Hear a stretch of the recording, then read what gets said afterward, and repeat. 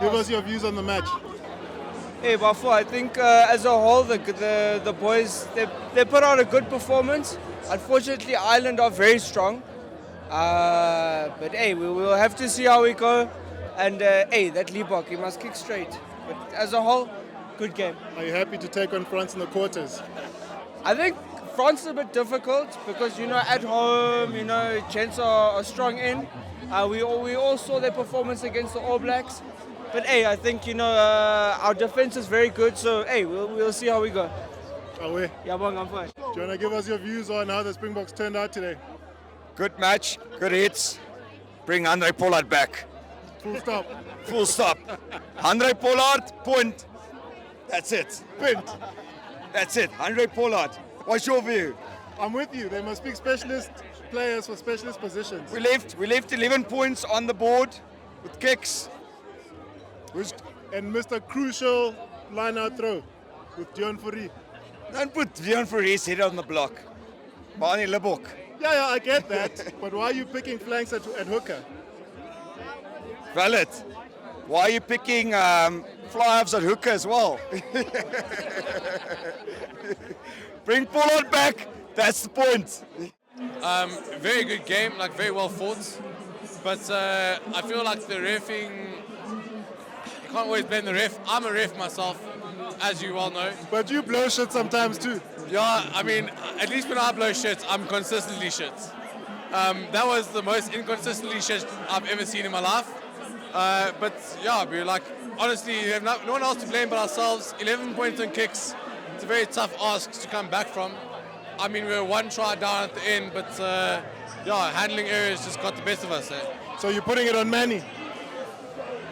I mean, Faf had a little crack, but you can't really put on him for taking one crack out of 5.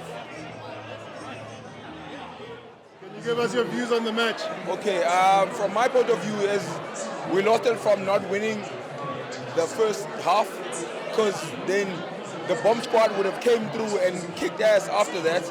But the thing that we didn't do today is we didn't win the first half. If we won the first half from the first guys, then the guys would have been tired after that. And then the bomb squad would have came through and would have done whatever they needed to do. But the thing is, we never contributed whatever we used to contribute on the first half. And my take on it is it was a forced game. What's your take on the points we left on the field today? That is a bad one that we did, is we lost 3 penalties, and those 3 penalties would have made us win. But the one thing that I can never take away from it is South Africa never showed any type of winning or any type of showing that they wanted to win. But then it gave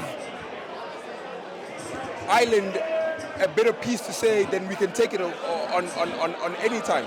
And for every game that I've seen South Africa play from now on, is they've shown that they wanted to win from the get-go. This time around, they didn't show that they wanted to win from the get-go. The results, not great, obviously. The losing bonus point will probably help us out. I think we can squeak through ahead of Scotland, even if they find some miracle to beat Ireland. But it's the usual South African moan, isn't it? We're going to complain about the ref, and rightfully so. A ref with the surname O'Keefe is probably going to blow for Ireland. Their only try was from a knock-on that no one wanted to pick up. And then the rest of any interaction, whether it was a ruck or a scrum, was in favor. We're so used to losing the 50-50 ball that we have contingency plans, but I don't know. I'm such a Mannie fan. In open play, it should only be him. It really should only be him.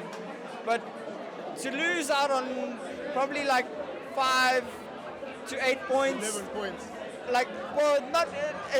Faf had 2 of those misses, but to miss out on 5 to 8 points from Mannie's boots is problematic. But there's no ways you can blame him. You can't. What are your thoughts on them picking players that are not specialists in their positions, like Dion Fourie? I'm not worried about that. Dion was a hooker, And Marco can certainly scrum like Malcolm, and he's definitely a fetcher. Has he had enough time in the position? Maybe not. Look, the narrative was it's cocky to go 7-1. Would we have done it if there was more on the line? Maybe not. I just think Ireland came in with perhaps too much confidence for the game, and it was our job to cut them down and show them who is the number one side in the world. And fuck, this sounds so South African, but were we allowed to do it? You think we'll catch them in the final? I hope not. Like, if that guy doesn't know his own body space. So the big hope is France stole this World Cup from us. So if we knock them out in the World Cup, good. In the quarterfinal, great. But then Ireland must lose to New Zealand, and we'll find someone worthy in the final. I think this number one has got to their heads, and they're not as good as they think they are. Mko, we watched the match, Chief. We saw, I mean, you trust in the All Black, what am I saying? You trust in the Springbok coaching staff. Yeah, and I still do. And all the choices they've made. Where do you stand after today? The hardest part of this game is we didn't lose the game because Ireland was brilliant. We lost the game because we lacked specialists. We had no specialist hookers on reserve. We had no specialist kicker.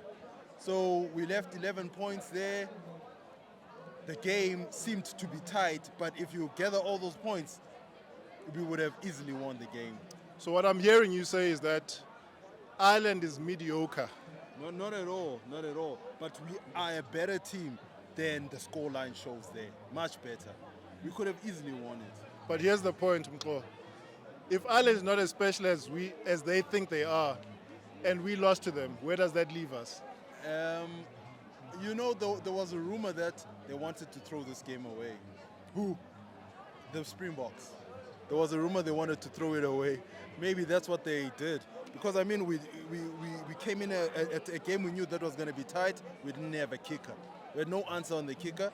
We put guys who couldn't throw the ball on hooker. You know, we put a flanker as a hooker.